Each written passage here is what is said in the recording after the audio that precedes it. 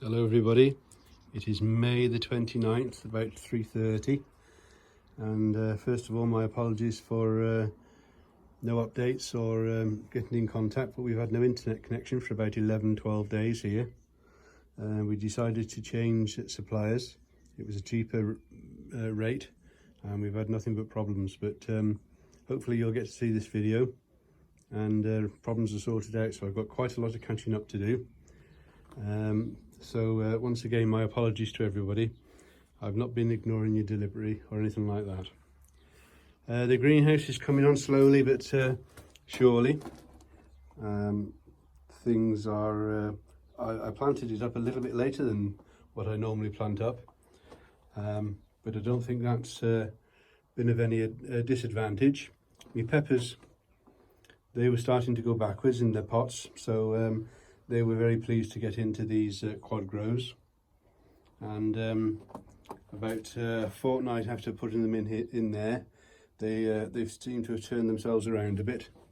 You can see I had a lot of yellowing of leaves, and I think there's one or two, like that one there, that went blind and there was no growing tip on it, so that's probably all I will get off that one. But the others do seem quite well. I have been trimming some of them back and pruning them, but I need to have a look at Johnny's Kitchen Garden. I need to have another look at his video on how to do it properly. And if you do want to see how to do train your peppers, go and have a look at the video that Johnny's Kitchen Garden did.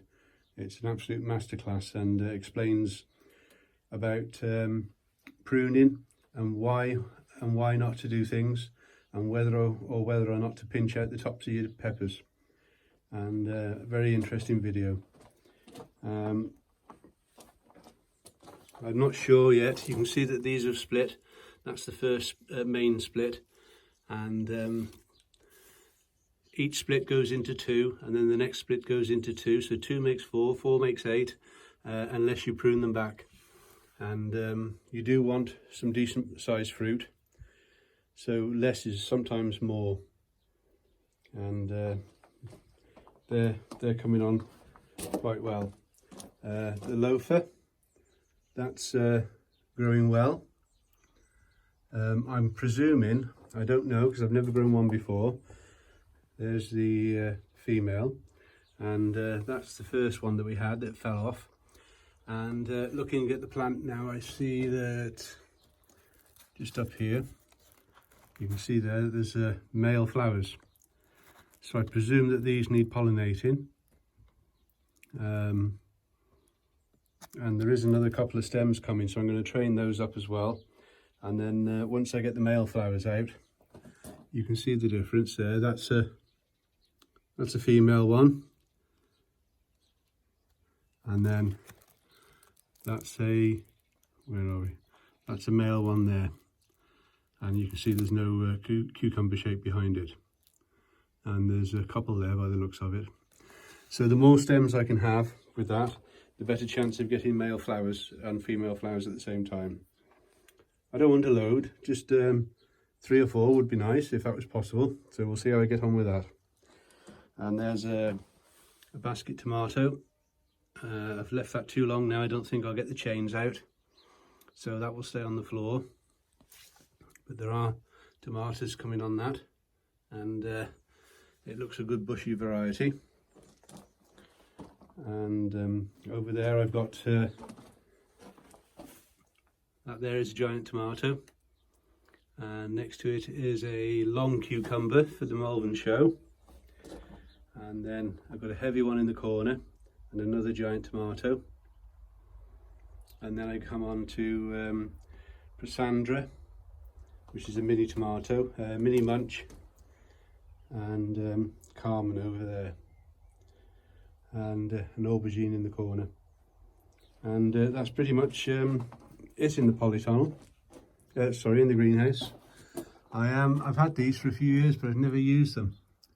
So I'm trialing them in here, and I've put a wire all the way around the sides, And because these have only got a tension just there, it's a long way around, so it lets a bit too much string out. When you press this clip on the side, it just releases it and makes the string a little bit too long in one go. So I've just pinned them up with a bulldog clip, and then that gives me the right amount of tension on this for whatever I want. And I've used those round clips there, but be careful with those because they do tend to perish in the sunlight and go brittle.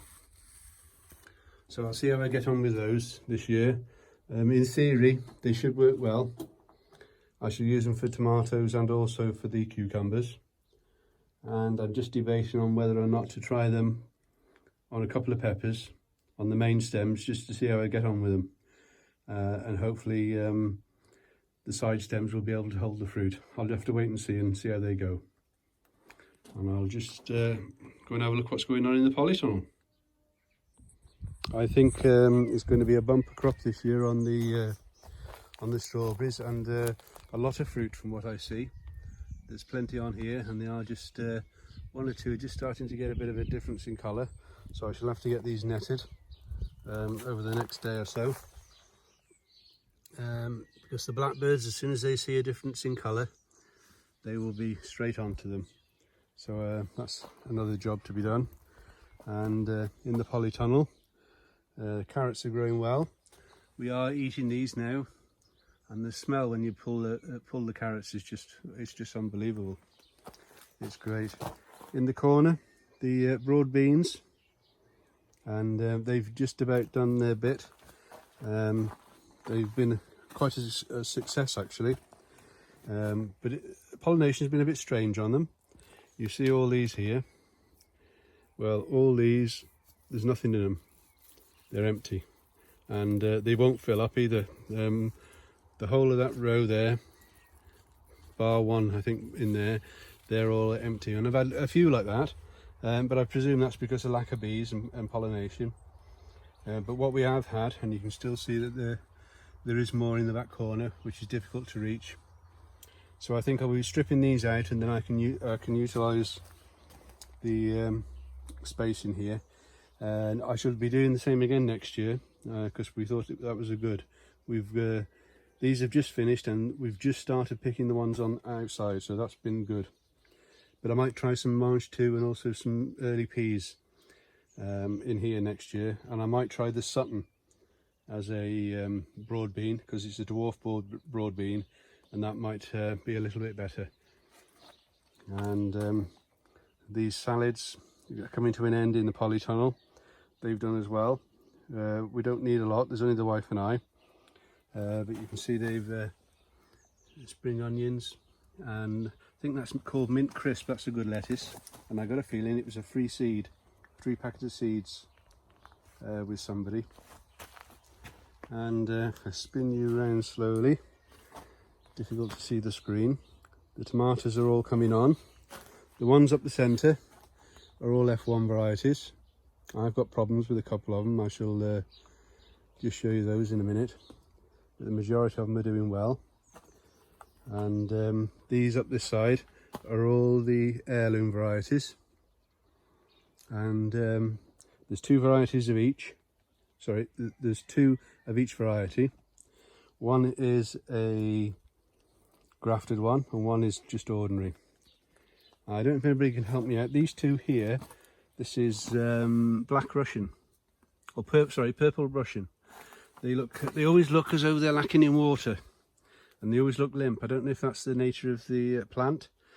Both the grafted one and the ungrafted one, they're both the same. Whereas the other plants, there isn't any that are like that. And all the compost is exactly the same in each of the beds. But the others are all coming on well. The grafted ones, you can see that that's a grafted one. They're not perfectly grafted, but there was a lot of lessons learnt doing that this year. And as regards whether I would do it again, I think I probably would, because the ungrafted ones were way ahead of the grafted ones when I put them out, and now it's difficult to tell the difference between them.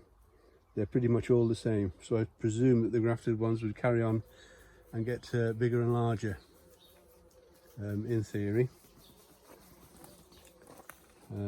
The grapevine, I've pruned that down to one bunch every 10 to 12 inches. I must have cut 150 bunches off. They'll never cope with all that. So there's one for every station, every 10 to 12 inches. And as you can see now there, they are in flower at the moment. And if I show you one which, if I can see one, that one there, that isn't in flower yet. And then that one there, that one is in flower. So this is its third year. We did have some last year, not many. We didn't let many fruit, just to have a taste. And looking forward to hopefully a decent crop on them. The wasps did get to them before us last year, but I've got something hopefully that will sort them out. And the basil that you can see, that is it's not homegrown. I tried sowing 2 lots and it all failed. I think about 3 seeds came up altogether, and these are improvisation. And that there is a little tub from the supermarket, and they've been in over a week and they look well, and then they're growing. And if you haven't got any basil, we got these from Lidl's, and they were 69p for a pot, so that there was 69p. And if you just keep taking the tips out of them, they should keep growing side shoots and keep you going for quite some time. And there's a great recipe on the side of the packet as well for a tomato and basil sauce. My mum and dad have tried it, and they told us this morning it was absolutely fantastic, the recipe on there. So that's something you could try. These are the F1 varieties. Not a lot of difference in the height between the F1s and the heirlooms. These heirlooms are growing better than what I actually expected. Might be all foliage, I don't know, but there's certainly plenty of flowers on them. But I did say to people about ants and getting rid of ants, and I got rid of some black ants over in this corner here, and I haven't seen any now at all. Black ants are the ones that you'll see marching. And put some honey and dried yeast mixed together into a paste and put it down, and it all went within 12 hours, and they've gone. I haven't seen them at all.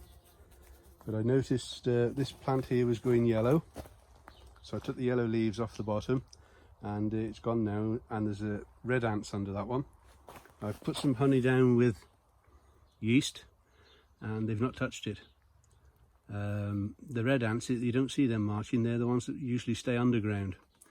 So that's one plant I'm going to lose there, and it looks like I might lose this one here as well. And if you just look in the trough, you can see where they've put up their castings, where they've been digging the soil. I've also put some honey and yeast under that one, and they haven't taken that either. So there's a couple there that I'm definitely going to lose.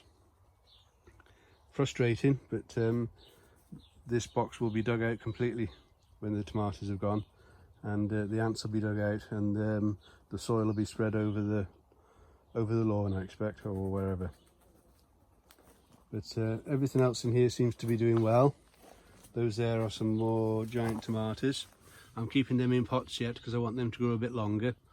I'm going to do these a bit different to the ones in the greenhouse. And that is pretty much it in here. Cucumbers all across the back. Different ones. There are some long ones and some heavy ones, and also Carmen, Mini Munch and Prasandra. And then I have some Blenheim orange melons. They look strong and well. The melons I've grown in the past, they've been a bit tender, but these look like strong plants, and I've gone for this variety after I saw the success that Bill and Val had last year's with theirs. So that's the Blenheim Orange, and so far so good. I'm quite pleased with them. And then just in the corner there is two Condor potatoes, and they were just chits. I scooped the eyes out of a potato, some large chits, and that's all they were. They were no bigger than half the size of my little finger, and that's what they are coming up like. I don't know if you can get in there. I can't see the screen with the sunlight very well, but they've got a good stem on them. I shan't be earthing them up because they just grow more potatoes, and they've got my own mixture of compost in the bottom, and we'll just see how they go. So that's all for today. I did record yesterday a full plot tour of the veg plot, and I wanted to keep it to 10 minutes, and it was 25 minutes, so I shan't put that up. What I'll do is I'll just go around a couple of items and just show them and do it in a 5-minute video or something like that. I don't like to put videos up too long. Everybody's time is short and precious, so that's my idea. I'll just pick a couple of items and just talk around how they're getting on and what I've done with them. So once again, my apologies for lack of communication, but it's out of our hands, I'm afraid. The internet's been down, and that's it. We have been compensated, which is rare these days. So that's all for now. Thank you very much. Hope you enjoyed what you see. Please think of taking the time to subscribe, thumbs up, and please leave a comment. I shall be commenting everybody that has left comments. I shall get back to you all. It's just the fact that we haven't had any internet. Take good care, everybody.